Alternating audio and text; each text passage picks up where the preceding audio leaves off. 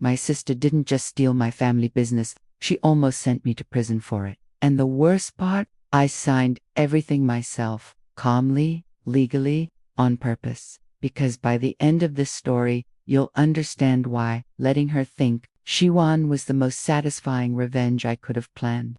Let me take you back to the exact moment everything I'm sitting in a conference room that smells like old paper and burnt coffee. My hands are flat on the table. Across from me is my sister, arms crossed, smug, relaxed, like she's already won. Our parents are on either side of her, silent, tired, avoiding eye contact, and the lawyer clears his throat. Based on the documents we've reviewed, he says, ownership of the company has been transferred. I don't react. I don't blink, because I already know what he's about to say. She is now the majority owner. My sister finally looks at me and smiles. Not a happy smile. You're done smile. That's when she leans back in her chair and says the sentence that almost broke me. You should have paid attention to what you were signing. What she didn't know, what no one in that room knew, was that this exact moment was the moment I'd been waiting for. Let me ask you something real quick.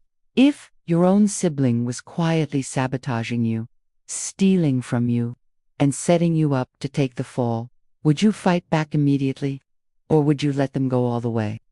Right up until they destroyed themselves, because I chose option 2, and that choice cost me everything. For a while. This wasn't just some random business. This was our parents' life. They were immigrants, no safety net, no investors, no shortcuts. They built a company from nothing. Late nights, borrowed money, busted hands, unpaid weekends, the kind of business where the family name is the brand. I grew up inside that place, sweeping floors, running deliveries, learning how payroll worked before I even knew what a vacation was. My sister, she was different. She was charming, funny, pretty, the golden child. While I was fixing problems, she was shaking hands. While I stayed late, she posted photos. While I handled stress, she handled appearances. And for years, it worked, or at least, I thought it did. See, here's the thing about betrayal. It doesn't start with a knife. It starts with questions. Small ones, harmless ones. Questions like, so technically, who owns what? What happens if mom and dad retire? Wouldn't it be smarter if everything was simpler? On paper, at first, I didn't think twice. She was my sister. Why would I? But something about the way she asked, too casual, too rehearsed, made my stomach tighten. I ignored it. Big mistake. Because here's what no one tells you. The most dangerous person in your life is the one who convinces you they're protecting you. And my sister. She was already laying the groundwork to make me look like the villain. I just didn't know how far she'd go yet. By the end of this story, you're going to hear how she used my own signatures against me, how our parents were manipulated into doubting me, how I lost access to the business overnight, and how she pushed so hard for control that she missed the trap closing around her. And when you finally see the twist, the real reason I signed everything over, you'll understand why her breakdown at the end was completely deserved. But first, you need to understand how we got here. Because the warning signs were there from the beginning, and I ignored every single one the day our parents sat us down to talk about the future of the company. I saw something flash across my sister's face. Not excitement, not relief, something colder. And that was the moment. The exact moment everything started moving toward betrayal. If you want to hear what happened in that meeting, and the red flags I should have never ignored.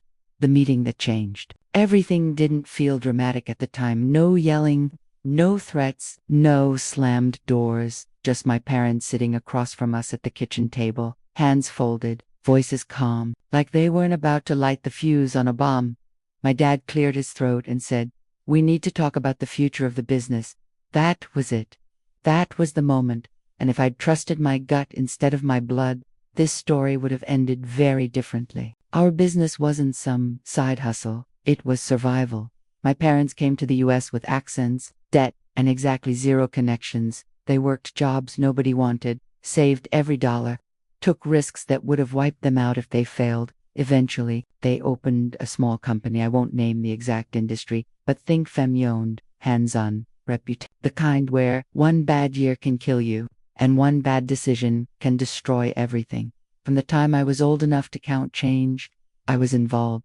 By my 20s, I wasn't just helping, I was running operations, schedules, suppliers, payroll, crisis management. If something broke, I fixed it. If someone quits, I am covered. If money was tight, I figured it out. The business didn't run because of talent, it ran because of pressure, and I carried most of it. My sister, she floated always smiling, always charming, always great with people. Customers loved her, friends loved her, relatives bragged about her. She's so smart, she's so modern, she just gets it. Meanwhile, I was the one putting out fires at 3 a.m. and honestly, I didn't resent her for it, at least, not yet. Because on paper, we had balance. I handled the engine, she handled the shine dot, or so I thought. When my parents started stepping back, the roles became official. I ran operations, everything that actually made money. She handled PR and admin, social media, vendor emails, some finances, organization. It sounded harmless. In reality, it gave her access to logins, to paperwork, to emails I never bothered to read because I trusted her. And that trust, that was the crack she slid the knife into later. It started small. She'd ask questions that didn't match the moment. Not how's the business doing, but how is ownership structured again? Are shares split evenly? What happens legally if mom or dad passes? She always smiled when she asked, like it was just curiosity. But the timing was weird. Why now? I brushed it off. The family talks about this stuff, right? Then the documents started disappearing. Nothing major. Just little things. Financial statements I remembered seeing but couldn't find again. Emails that were already handled. Meetings she said she attended that somehow left no notes. Whenever I asked, she laughed. You worry too much. You're always so intense. Relax. I've got it. And stupid me. I did. Then the new faces showed up. Suddenly, my sister had advisors. A boyfriend who was kind of a lawyer. A friend who worked in finance. Someone who knew corporate structuring. They'd stop by the office, talk in low voices, leave right when I walked in, whenever I asked who they were. Oh, just helping me understand things. Understanding what? She never said. Then my mom collapsed. Not dramatic, but serious enough to scare us. Hospital tests, long nights. And fear does something to families. It makes people talk. A week later, my parents called another meeting, same kitchen table, same chairs, but this time, the air was heavy. My dad said, "We're not getting younger." My mom nodded, double quotes. "We trust you both," she said. "We want things to be fair." They talked about wills, succession, making sure the business stayed in the family. Nothing formal, yet not just words. But when they said, "We expect you to share responsibility equally," I saw it just for half a second. My sister's smile tightened, her eyes flicked away, and something in my chest dropped. That wasn't happiness. That wasn't a relief. That was calculation. She recovered fast, laughed, hugged them, said all the right things, but I couldn't unsee it. That flash of disappointment, like she'd just heard. Something didn't go according to plan. Here's the thing I wish I understood back then. When someone is already planning to take everything, sharing feels like betrayal to them. And from that day forward, my sister stopped asking questions. She started making moves. Within weeks, she came to me with a smile and a stack of papers. "Hey," she said casually, "Mom and Dad want us to modernize everything. New registrations, updated bank authorizations, routine stuff." She slid a pen toward me, "Just sign." She said, "I'll handle the boring parts." And I signed without reading, because I trusted my sister. That was the moment I unknowingly handed her the weapon. That's when the paperwork turns into a trap, and the gaslighting really begins. The scariest part about betrayal isn't when it happens, it's when you feel it happening. But everyone around you keeps telling you you're imagining things, and once my sister got those signatures, that's exactly where she put me in my own head. After I signed those papers, my sister changed, not drastically, not obviously, just enough to matter. She became organized. Meetings I used to schedule already handled. Emails I normally answered, replied to banked issues I'd deal with personally. "Don't worry, I talked to them at first. It was a relief. I was exhausted, burned out, still juggling work and my parents' health stress. So when she said focus on running things, I'll handle the boring paperwork, I'll let her. That sentence right there, that was the leash. A few weeks later, she said we needed to meet the family lawyer. I assumed it was the same attorney our parents had used for years. It wasn't. This guy was younger, too polished, too agreeable. He barely looked at me. Everything was directed at her. She'd say things like, "So we're just simplifying the structure, right? This doesn't change day-to-day control, correct? Is this just a formality?" And the lawyer would nod, smile, exactly. The documents were thick, boring, written in language designed to make your brain shut off. She'd flip pages, quickly just initial here, signature there, standard authorization. Every time I hesitated, she'd sigh. "Do you not trust me? We've been over this. You're making this harder than it needs to be." And just like that, I felt like the problem. That's when she started working on my parents. Quietly, carefully. I find out later. She was telling them things like, "He's under so much stress. I'm worried he's making emotional decisions. He doesn't sleep. He snaps a lot. Maybe he needs a break," which wasn't entirely false, but it wasn't the truth either. She painted me as unstable, overwhelmed, a risk, and herself as the calm solution. Whenever I noticed my parents acting distant, she'd jump in. "They just want peace. Don't push them right now. Let me handle it." And again, I let her. Then the bank called. Not her, me. The woman on the line sounded hesitant. "Hi. We just wanted to verify a few recent changes on your account." Changes, new authorized users, new linked accounts, transfers I didn't recognize. Nothing huge, just enough to be noticeable. I called my sister immediately. She laughed. "Oh my God, Dad, it's just restructuring. You really need to stop panicking." I pressed harder. She sighed louder. "You always do this. You assume the worst. This is why Mom worries about you." That one hurt. Because now it wasn't just me versus her. It was me versus the version of me she'd sold to everyone else. After that, weird stuff kept piling up. Vendors asking why payments were late. Employees whispering about money issues. But when I checked the numbers, we were profitable. When I asked questions, she had answers. Too fast. Too smooth. Every conversation ended the same way. "I'm feeling crazy." Her acting is patient. "You're burned out. You need to trust me. I'm trying to help." And slowly, I stopped pushing. Because fighting her meant fighting the entire family dynamic. And I didn't have the energy. The real gut punch came late one night. I was looking for a contract on the office computer. Clicked the wrong folder.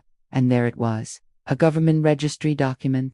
Official, stamped, filed. Ownership breakdown. Her name, not eco, not shared. Majority. I stared at the screen so long my eyes burned.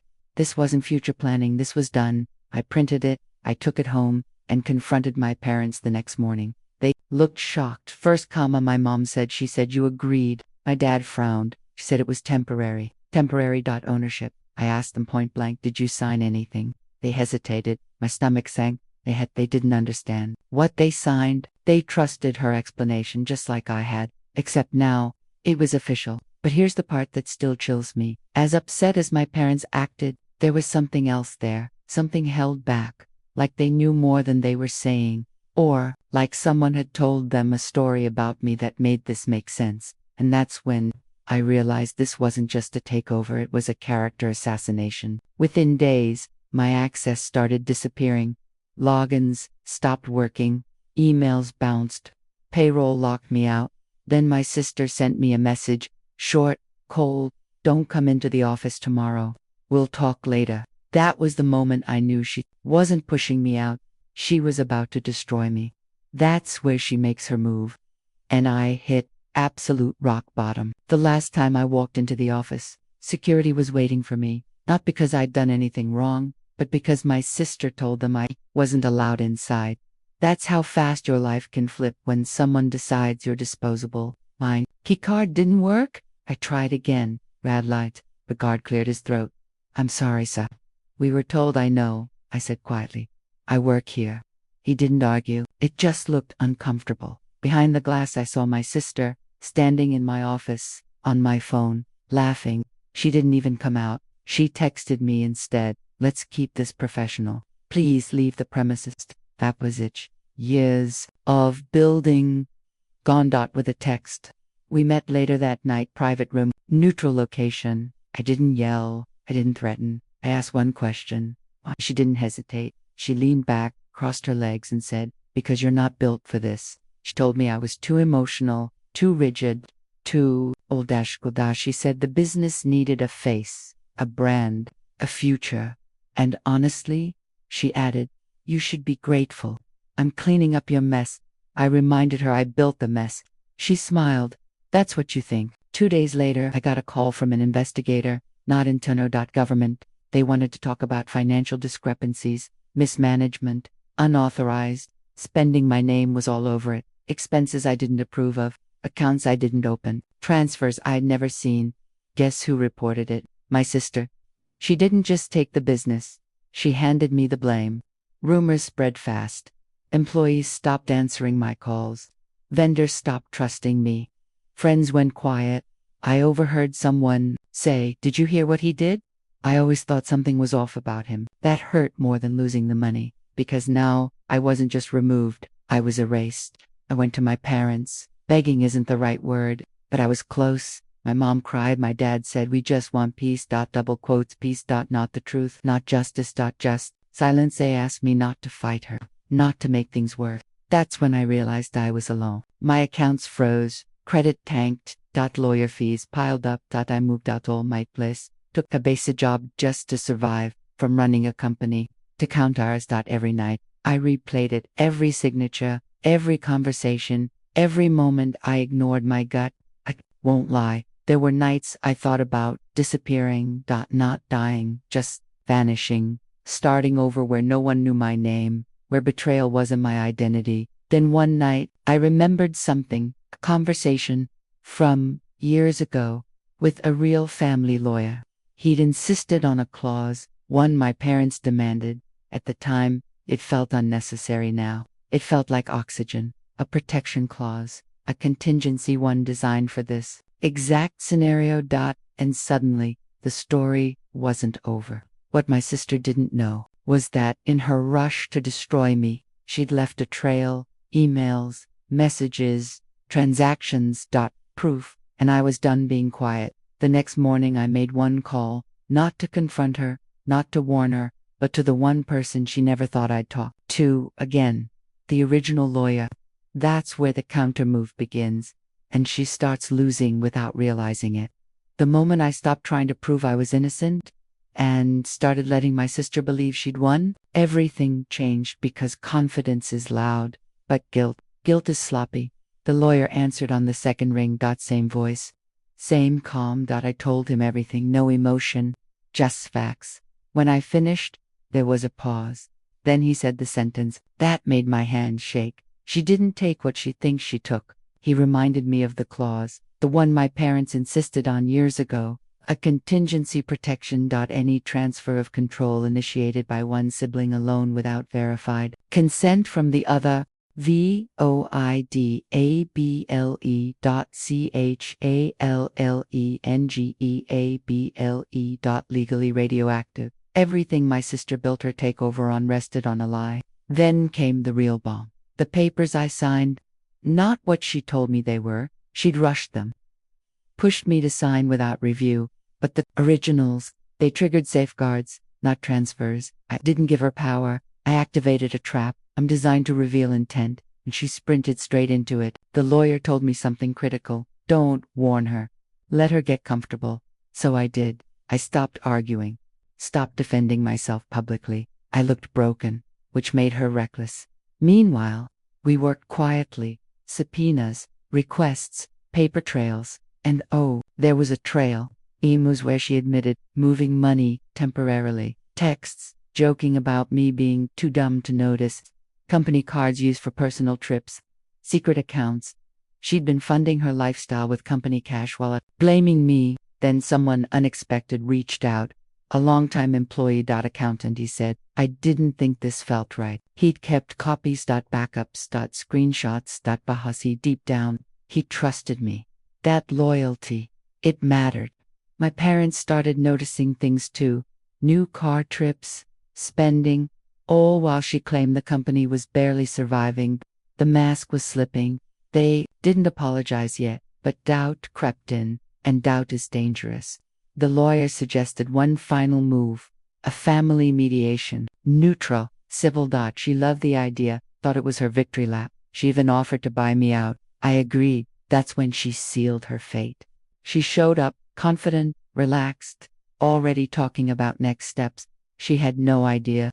Every word she spoke was being documented, and the meeting hadn't even started yet. The lawyer walked in last, folder in hand. He locked the door and said, "Before we begin, there's something everyone needs to understand." That's when the truth comes out, and her world starts collapsing in real time. The lawyer locked the door, not dramatically, not angrily, just deliberately. And that's when my sister stopped smiling, because winners don't need locked doors. She was still relaxed at first, leaning back, scrolling her phone, already talking. "I think the cleanest solution," she said, "is buying him out completely." She didn't even look at me, like I wasn't worth eye contact anymore. "I've already taken on all the risk," she continued. "I've stabilized the company. This is mercy mahesahe." I almost laughed. But I stayed quiet, because the quieter I stayed, the more she talked. The lawyer raised one finger. "Before we discuss any buyout," he said, "we need to clarify something." He slid a document across the table. My sister barely glanced at it until her eyebrows twitched just slightly. "According to the original corporate structure," the lawyer continued, "no transfer of majority ownership can occur without dual sibling consent." Silence. She looked up. That's not. She stopped, because she suddenly realized he wasn't her lawyer. The lawyer turned to my parents. "You insisted on this clause," he reminded them. "You were very clear." My mom nodded slowly. My dad swallowed. My sister's voice sharpened, but the registry was filed. The lawyer said calmly, "Based on representations that are now being questioned." Questioned. That word landed hard, because questions meant reviewed, reviewed meant audited, audited meant exposed. She straightened in her chair. "That's just legal technicalities," she snapped. The intent was clear. The lawyer didn't argue. He opened another folder. "Intent," he said, "is exactly what we're here to discuss." He turned to me. "And now," he said, "we should clarify something else." My sister followed his gaze. For the first time in months, she really looked at me. I spoke calmly. "I knew you were planning something," I said. "Not everything, but enough." Her laugh was sharp. "Oh, please," I continued. "So when you rushed me to sign those documents, I didn't fight it." Her smile faded. "I let you think you'd won." My parents gasped. My sister froze. The lawyer explained it better than I could. The documents he signed, he said, activated safeguards. They did not grant control. Her mouth opened. Nothing came out, because suddenly every memory replayed differently. The presser, the rush, the signatures, all of it. She hadn't tricked me. She'd exposed herself. The lawyer slid another stack forward. Emails, printed, highlighted, texts, bank statements, receipts, one by one. He read them. Personal travel, luxury purchases, unreported transfers, all from company accounts, all while she accused me. Her voice cracked. "That's not, you don't understand." "Oh," the lawyer said softly. "We do." He leaned forward. "These actions constitute fraud," he said. "Misrepresentation. Potential criminal exposure." Criminy, that word shattered her. She stood up. "This is a setup. He planned this." I didn't move. I didn't smile. I just said, "You planned it first." She turned to our parents, crying now. Real crying. "You said you trusted me." My dad's voice shook. "We trusted you not to hurt your brother." That was it. That was the moment. Her shoulders slumped, because she finally understood she didn't lose a business. She lost her family. The lawyer closed the folder. "There are two paths forward," he said. "One ended in court. The other ended right here." And everyone turned to my parents.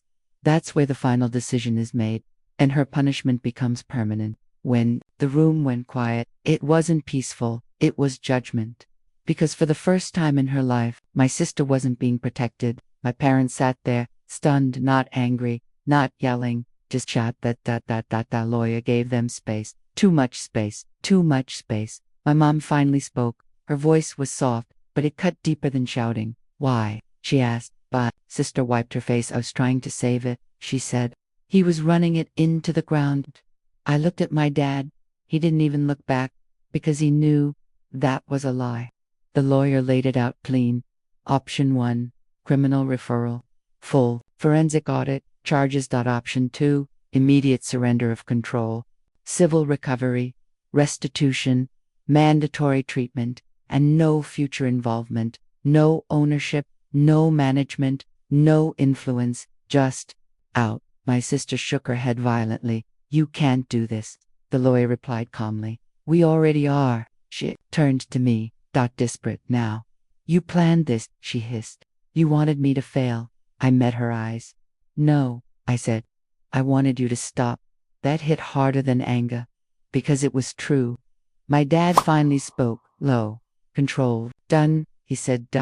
No yelling, no drama, just final. My sister collapsed into the chair. Not because of the business, but because she realized there was no coming back. She signed out every document, every admission, handshaking, mascara streaked. The lawyer took the folder. That concludes this matter, he said. But everyone knew this wasn't over for her, just finished here.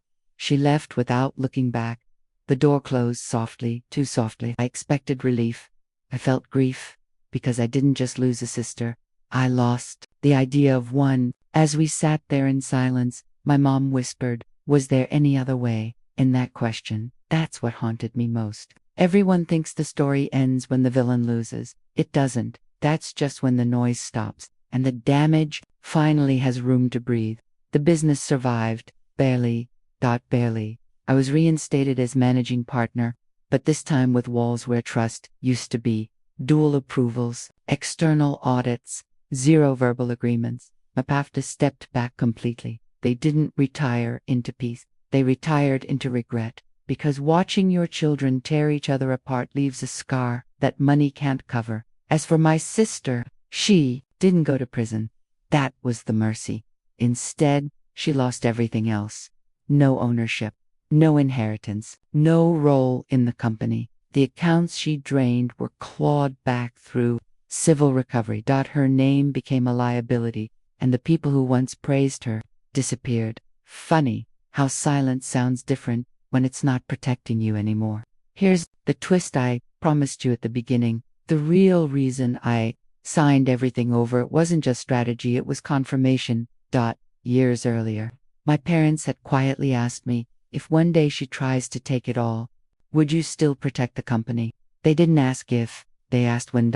And that's when I realized they weren't naive. They were afraid of choosing between their children. So I made the choice for them. I let her expose herself, because the only thing stronger than betrayal is letting someone reveal who they really are. Do I feel satisfied? Yes. Do I feel proud? Sometimes. Do I feel whole? No. Revenge doesn't heal, it just balances the scale. What healed me was knowing the truth mattered more than comfort. That silence would cost me everything. And that trusting someone blindly isn't loyalty, it's negligence. If your name is on paper, read it. If your family asks for control, ask why. And if someone rushes you to sign, they're hiding something. Now, I want to ask you, if your sibling did this to you, would you press charges, or would you forgive them? Tell me in the comments. I read everyone. And if you want another story about family, money, and betrayal that went even darker, make sure you're subscribed up, because the next one makes this look merciful.